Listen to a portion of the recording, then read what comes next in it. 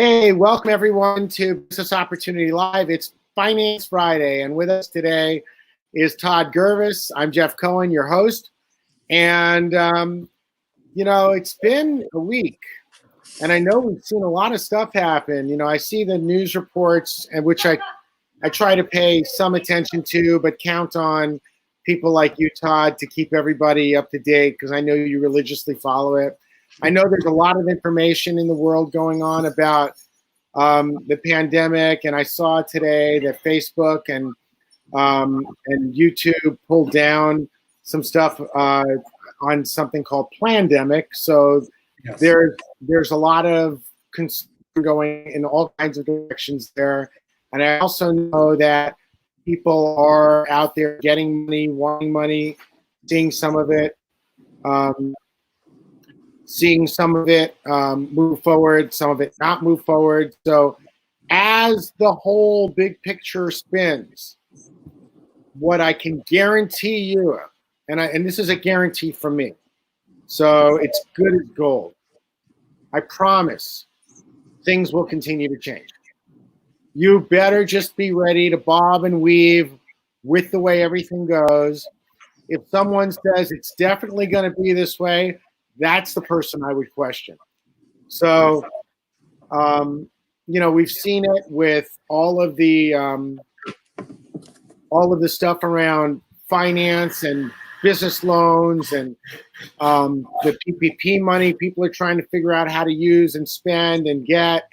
And then we've seen the rules change because we thought the rules were one way, now they're another. Just get ready for more of the same. I don't think anybody has it all figured out, especially our government at this point.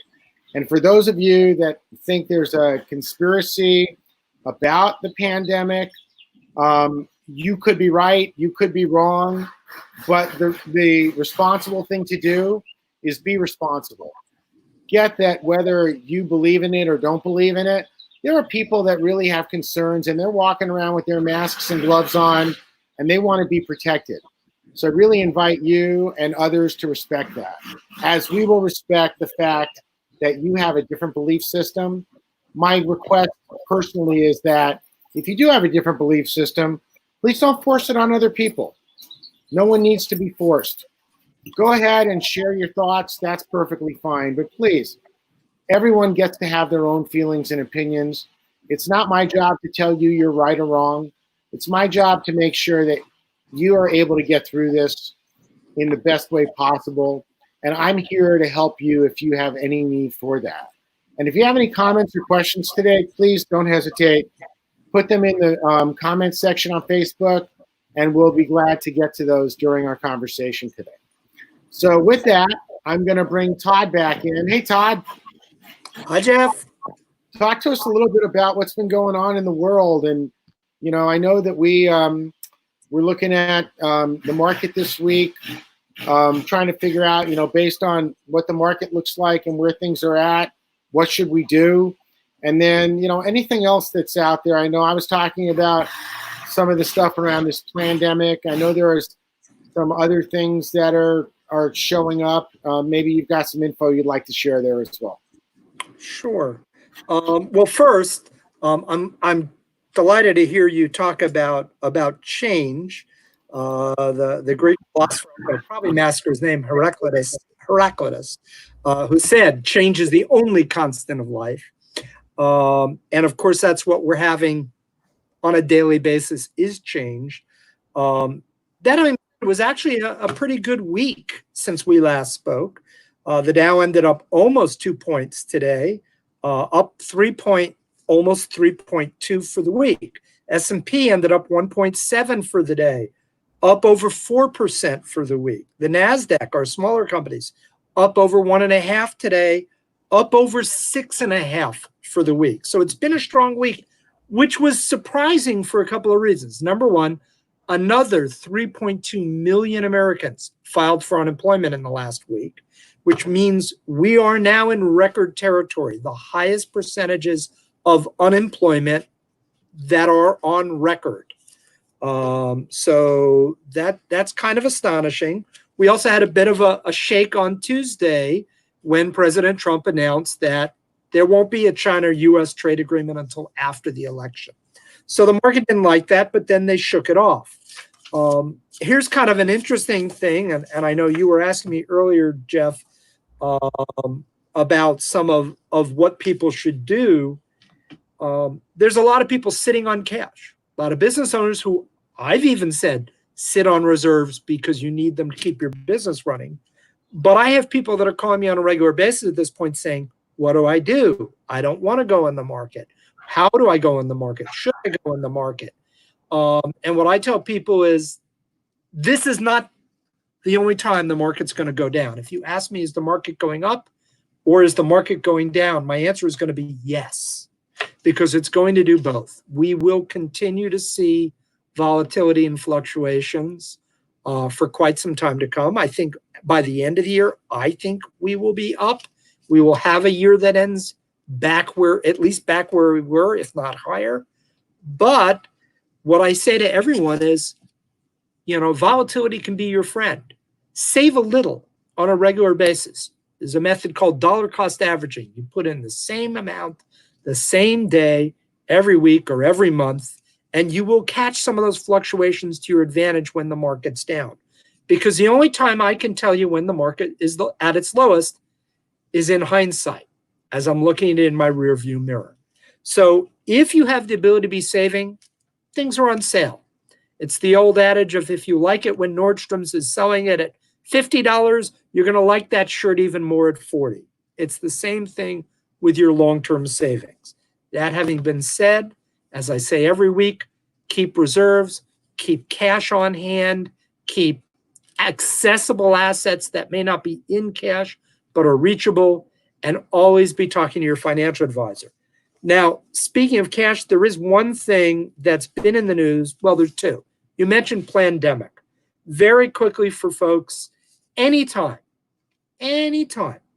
that there is something major going on in the world, somebody's going to come up with a conspiracy theory, or 5, or 20. And that's what plandemic is. All I'm going to suggest to you is, if somebody sends you a link to watch a video or read an article about plandemic, don't follow the link. Don't bother. All you're going to do is need some antacid, because it's going to agitate you, and it's documented that it is false. This is something I think anyone reasonable knows. This is an actual health crisis. While you may argue about the scope of it, this is not something that was planned. This is not the drug companies trying to scam us out of money by selling us vaccines. This is a crisis. The second thing has to do with seniors and other people like small business owners.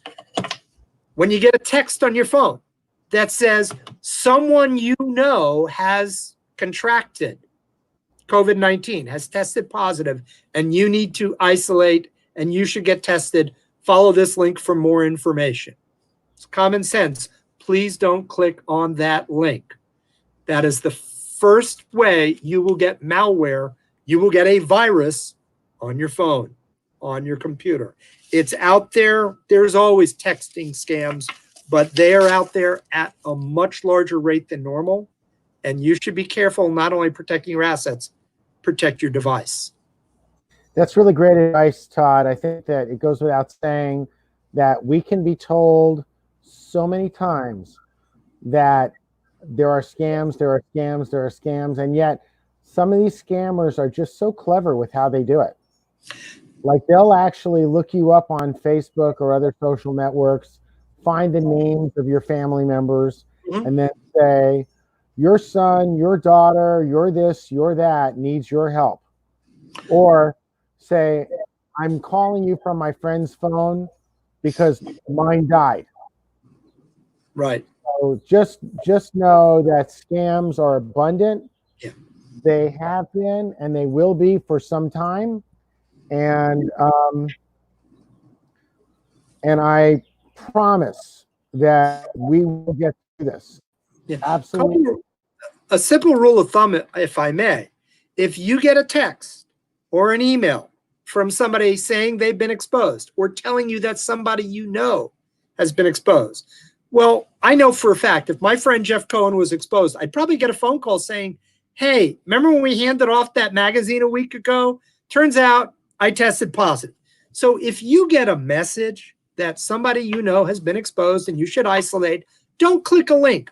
Pick up the phone, call a member or a friend in question and say, hey, I just got a text. If you get a text from a friend that says I'm on a different phone, okay, call me voice. Hear their voice on the phone, make sure it's really them.